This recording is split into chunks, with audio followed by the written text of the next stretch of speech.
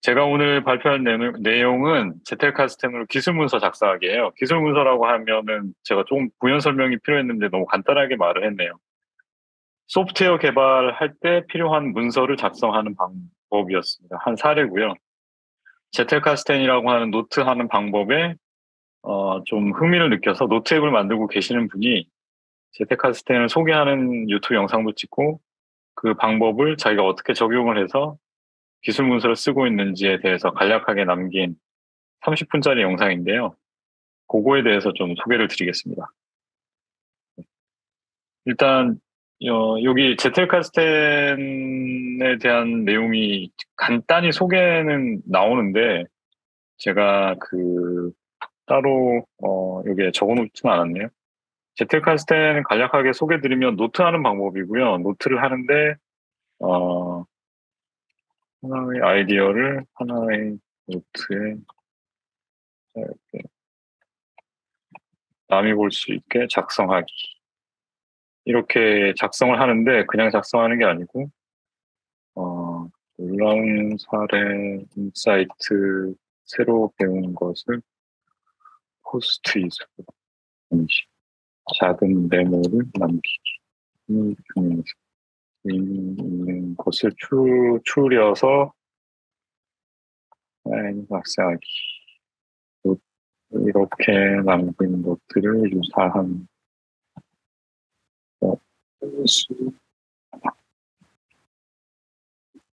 수와 다른 맥락상 연결되는 다른 것들 링크 걸어두기.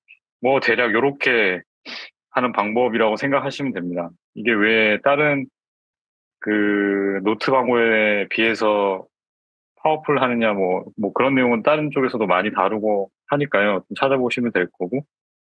핵심이 되는 거는, 제가 봤을 때 핵심이 되는 거는 노트를 짧게 짧게 이렇게 남기고, 그거를 그 중에서 이제 알짜가 되는 것만 내 생각을 충분히 담아서 다시 쓰고, 걔를 이전에 있는 노트하고 연결을 하려고 하는 시도를 통해 갖고, 이전에 내가 써놨던 노트를 이렇게 뒤적거리게 되는, 그게 제테카스 노트 하는 방법의 핵심이라고 저는 생각을 합니다.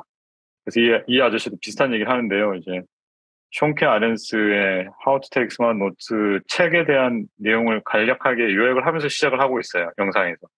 그래서 이런 제테카스텐 방법을 이제 기술 문서를 쓴데 반영을 하고 싶다. 그러면은 그 기술 문서가 뭐냐? 이분은 이제 세 가지 예를 들었는데요. 코드 가이드라인, 뭐 코딩을 하시는 분은 알겠지만 여러 사람이 같이 모여서 코딩을 할 때는 코딩을 막 각각이 다른 걸로 해버리면 나중에 이제 서로 보기 힘드니까 어떤 규칙을 정하거든요. 주석은 어떻게 달고, 함수 이름은 어떻게 쓰고, 변수 이름은 어떻게 하고, 이런 것들에 대한 코드 가이드라인 쓰는 거. 데브옵스 노트라고 하던데 그 소프트웨어를 운영하기 위해서 중간에 필요한 그 운영에 필요한 여러 가지 지식이나 지금 현재 상황들, 그리고 어떻게 지금 구축이 되어 있는지, 어떻게 메인터넌스 할 수 있는지, 이런 것에 대한 그 노트를 하고, 또 하나는, 사실 이거는 본인도 뒤에서 다루진 않아서, 대략 소프트웨어 개발하신 분들은 항상 새로운 게 나오니까요. 뭐 그런 거 이제 배우는 거 포함해갖고, 뭐 어떤 오류가 있을 때는 어떻게 우리가 대처하면 된다. 이런 일이 있을 때는 어떻게 해야 될까. 이런 거에 대한 이제 전체적인 문서를 얘기합니다. 그래서 이후에 나오겠지만 기술 플레이북 안에 데브옵스 노트도 있고 코드 가이드라인도 있었어요. 근데 왜 이렇게 세 개로 나누는지 저도 잘 모르겠고요. 뭐 하여튼 대략 이런 거를 쓰신다고 보면 됩니다. 그러면 여러분들이 일반적으로 생각할 때는 데브옵스 노트는 기술 플레이북은 어, 회사에서 쓰는 프로젝트 노트 정도구나. 데브옵스 노트는 회사에 이제 프로젝트 노트뿐만 아니라 행정과 관련된 우리가 어떻게 일을 하고, 협력하고, 뭐 이런 거에 관한 그런 노트 정도 될 것 같네요. 코드 가이드라인, 뭐 규칙 같은 거겠죠? 그래서 뭐 그런 노트를 이제 쓰는 방식의 한 예를 본다고 생각하시면 됩니다. 그러면서 이제 그분이, 얘기를 했던 거, 이제 모든 노트 하는 데 있어서 핵심은 첫 번째로 배경 지식이 없는 사람이 읽을 거라는 가정하에 작성하기. 그러니까 이것도 협업할 때 그 소프트웨어 개발하면서 이제 그 사람이 중간중간에 많이 바뀌잖아요. 뭐 일반 직장에서도. 그러면 이제 딴 사람도 읽었을 때 이해할 수 있어야 되고, 관련 있는 건 이제 맥락상 연결되는 다른 노트에 링크를 걸어둔다고 했는데, 이럴 때 우리가 하는 가장 큰 실수 중에 하나는 정말 많은 링크를 만들어서 붙여놓는다는 거거든요. 근데 항상 너무 많은 거는 없는 거랑 비슷하잖아요. 그래서 이제 관련 높은 링크를 꼭 링크하도록 하라. 뭐 이런 얘기가 있었고요. 내용을 한정해서 짧게 쓰라라고 했습니다. 그러니까 내용이 길어지면은 그 노트가 아웃데이트 돼버리기도 쉽고, 어, 그리고 그거를 다 채워 넣기에 많은 노력이 들어가기 때문에 노트를 하는 것 자체가 부담스러워지죠. 그렇기 때문에 또 짧게 쓰고, 그래서 이제 더 재활용성도 높이고 하는 얘기였어요. 요 세 개 이제 리콰이먼트로 해가지고, 노트를 하는 데 있어갖고, 이 사람이 신경을 썼던 거는 폴더 구조 피하는 거랑, 링크를 할 때는 나중에 내가 이, 이것과 관련돼서 더 고민을 할 때 도움이 될 만한 그런 애들을 링크를 해둔다라고 했는데, 저는 이 얘기는 좀 막연하게 들리긴 하더라고요. 좀, 그래서 뭐 본인 나름의 기준이 있는데 아주 명확하게 얘기를 못한 느낌을 받았습니다. 그리고 링크하는 거 자동화하지 마라. 그렇게 자동화해버리면은, 이게 생각을 네가 할 계기가 없어진다. 그리고 제일 마지막 요 얘기는 너무 많은 노트를 하려고 하지 말아였어요.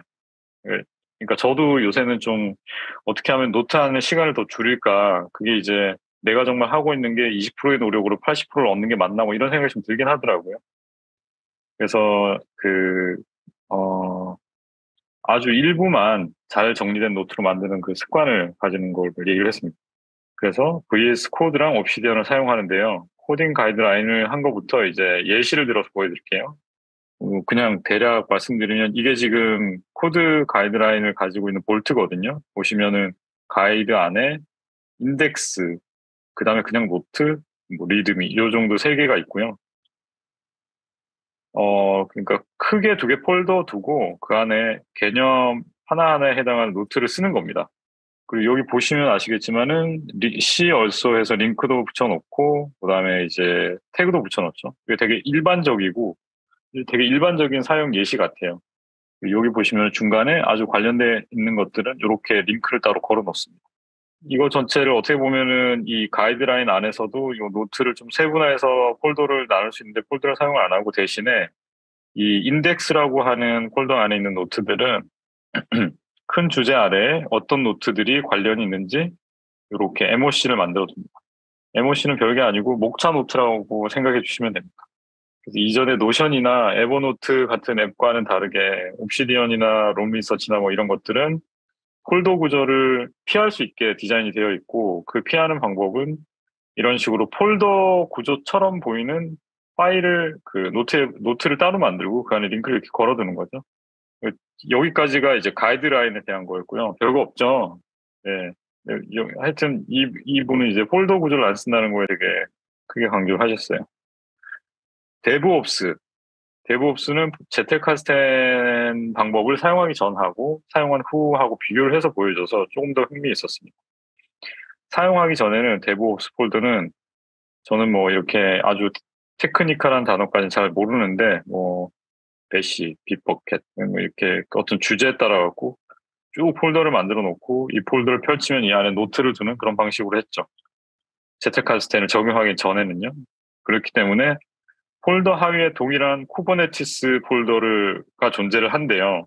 쿠버네티스 폴더가 있고 그 다음에 뭐 헤즈넌가 젠킨스 뭐 이 아래에도 쿠버네티스가 있고 막 한다고 했습니다. 그러면 과연 쿠버네티스와 관련된 노트를 했을 때 그 세 개 중에 어디에 들어가야 되느냐? 그랬을 경우에 내가 다시 찾는데 뭐 어려움은 없을까? 뭐 이런 문제가 있죠. 그래서 제텔카스텐을 활용하고 난 뒤에는 이분은 그 VS 코드에 마크다운 파일을 그대로 해가지고 이렇게 에디터로 쓰셨더라고요. 그래서 여기 좀 너무 이렇게 작게 나와 있어서 잘 안 보이실 텐데 앞서서 보여드린 가이드라인과 크게 다르진 않고요. 여기에 이제 제 밑에 좀 써놨습니다. 노트 퀘스천 타픽 폴더를 운영을 하고 이게 이제 최소한의 폴더고요. 토픽은 앞에서 이제 인덱스 같은 역할을 합니다. 그래서 노트에 짧은 여러 개 노트를 쓰게 되면 토픽 안에는 여기 토픽 안에 있는 노트를 쫙 펼쳐놨는데, 뭐, 오버뷰, 네트워킹, 모니터링, 미스크, 호스팅, 데브옵스, 디버깅, 뭐, 이런 식으로 쭉 MD 파일이 있고, 각각의 MD 파일을 보면은, 이렇게 좀 세부적으로 어떻게 해야 되는지가 좀 나와 있어요. 그리고 관련된 이제 노트들이 링크가 되어 있고, 그래서 토픽 노트는 MOC 역할을 하고요.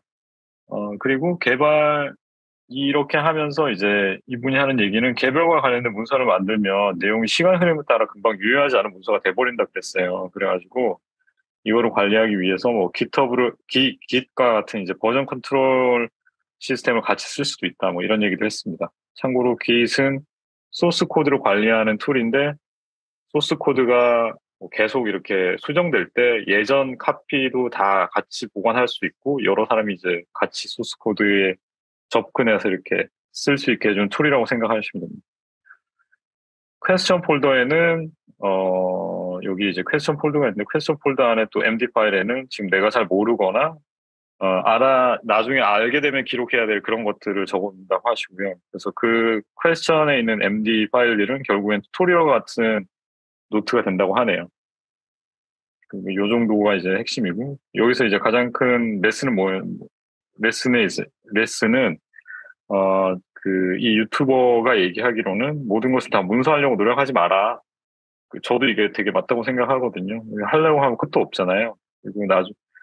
그리고 문서화할 때도 하나를 뭔가를 쓰려고 할 때 그거를 그때 당시 모든 걸 다 쓰려고 하지 말고 일단은 뼈대만 가지는 노트를 만들어 놓고 투두 태그를 붙여가지고 나중에 시간이 될 때 그리고 그게 정말 필요해질 때 그 문서를 작성하는 게 좀 더 현명한 방식 같다 이렇게 얘기를 했습니다. 네, 내용 자체는 사실 조금 제가 기대했던 것보다는 조금 뭐라고 해야 되죠? 좀 아주 구체적이고 그 사용 케이스에 맞게 되게 그 구체적인 사례를 볼 수 있는 케이스는 아니었고 그래도 아예 그냥 제텔카스텐이라고 하는 막연하게 그냥 노트하는 게 아니고 이 현업에서 쓸 수 있는 어떤 한 사례를 보는 거는 좀 좋았고요. 여러분은 어떠셨나요? 네, 퀘스천 폴더는 정말 좋은 것 같아요. 저도 이제 제테카스 노트를 하면서 질문이나 궁금한 것들을 쓰는 게 정말 좋은 것 같다는 생각이 듭니다. 티아고 폴체도 그 파인만 테크닉이라 그래서 12개 문제를 항상 머릿속에 가지고 있으면 그 어려운 문제들에 대한 각각의 힌트들을 평상시에 조금씩 발견할 수 있고 쌓아갈 수 있다고 얘기하고 그 사람의 그 커리큘럼에도 되게 중요한 한 부분 중에 하나거든요. 그리고 국내에서 황농문 교수님께서 말씀하실 때 하나의 어려운 문제를 이제 교수님은 2주 동안 모든 스케줄을 다 비워놓고 그냥 그것만 생각한다고 하시더라고요. 그런 거를 이제 조금 이렇게 느슨하게 하는 방식이 될 수 있겠죠. 이 분은 그 일반적인 여기서도 팀워크를 위해서 하긴 했습니다. 예를 들면 코드 가이드라인도 사실 혼자서 쓸 거면 코드 가이드라인까지 써가면서 이제 하시는 분은 잘 없으니까요. 제 생각에는 이분은 그 개발자 분들하고 쉐어하는 거여가지고 VS 코드 안에서 이렇게 작성을 하고 이 테크노트 자체가 깃에 같이 올라가 있을 것 같아요.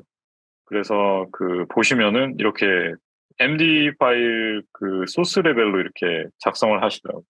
근데 개발자가 아니라고 하시면은 현재로서는 노션 제가 아는 거는 노션, 크래프트, 스크린털, 롬 리서치 정도가 이제 공유 그 함께 작업하는 기능을 제공을 하고요. 로그시크, 헵타베이스, 옵시디언은 아직 그 실시간 그 협업 기능을 제공하진 않죠. 근데 그것도 뭐 조만간 뭐 1년 정도 안에는 다 생기지 않을까 생각은 하고 있습니다. 저는 이거 보면서 되게 좋았던 점은 그 협업을 하기 때문에 협업 문서는 남이 읽을 수 있게 써야 되잖아요. 그런 것이 노트 하나를 할 때도 되게 생각을 정리해서 쓰게 만드는 계기가 되는 것 같아서 좀 좋아 보이긴 했어요.